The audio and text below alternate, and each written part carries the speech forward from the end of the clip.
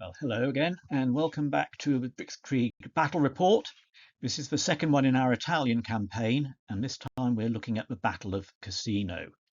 So the situation is that following bitter fighting and awful weather, the Allies' advance has stalled in Italy along the Gustav line. An Allied amphibious assault has landed at Anzio, but pressure must be maintained on the Gustav line to prevent enemy formations moving towards the bridgehead at Anzio, which is in a critical condition at the moment. So the decision has been taken to assault Cassino village, which is high up in the hills along the Gustav line. Now, in our campaign, the Allied landing at Anzio did not go as well as happened in reality, and as a result, air support was not available to destroy the abbey on Monte Cassino as happened for real before this battle. So, looking at the forces involved, on the Allied side, there are 4 platoons of infantry and assault boats. There's a troop of Royal Engineers, a battery of Royal Artillery 25-pounders, and a troop of tanks. On the enemy side, there are 2 platoons of infantry and a platoon of mortars. Looking at the ground, there's Cassino town itself, which is defended by the enemy. High above the town is Monte Cassino Abbey, as I say, in the actual battle had been destroyed at this stage, but in our battle is still in place and provides a good overview for enemies sitting up there to watch the attack coming in from the Allied side. And the River Rapido will have to be crossed by the Allies before they are able to advance towards Cassino town. The route as well on the other side of the River Rapido has been cratered and is not passable to tanks in its current form. These positions look at the enemy. 2 platoons deployed in Cassino town itself, with the mortars deployed on the high ground with good view over the battlefield just below the abbey.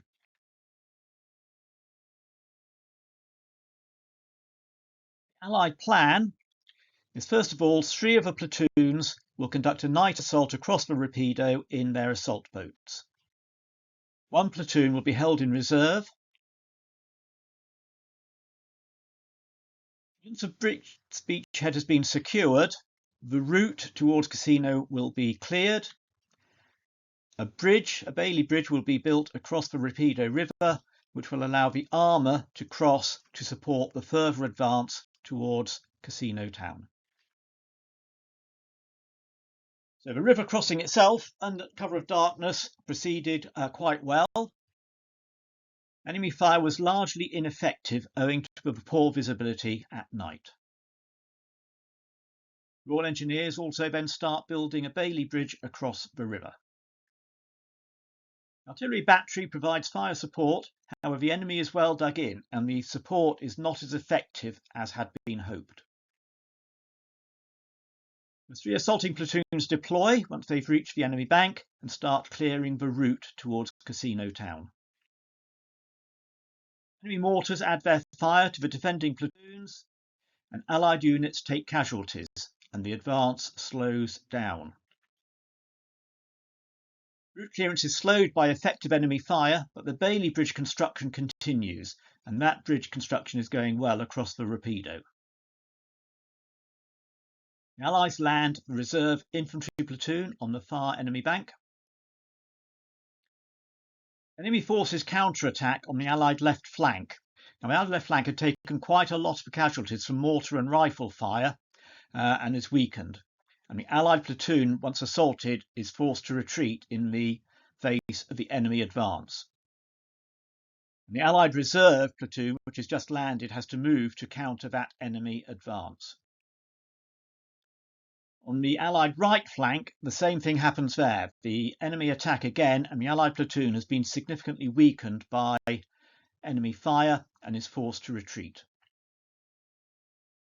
As the current situation across the battlefield, Allied forces have been weakened by the withering enemy fire, the advance has been slowed, and the Allied right flank in particular is looking vulnerable to enemy attack. Enemy fire then switches to delay route clearance and the building of the Bailey Bridge. In the absence of armoured support, the infantry are withdrawn across the Rapido.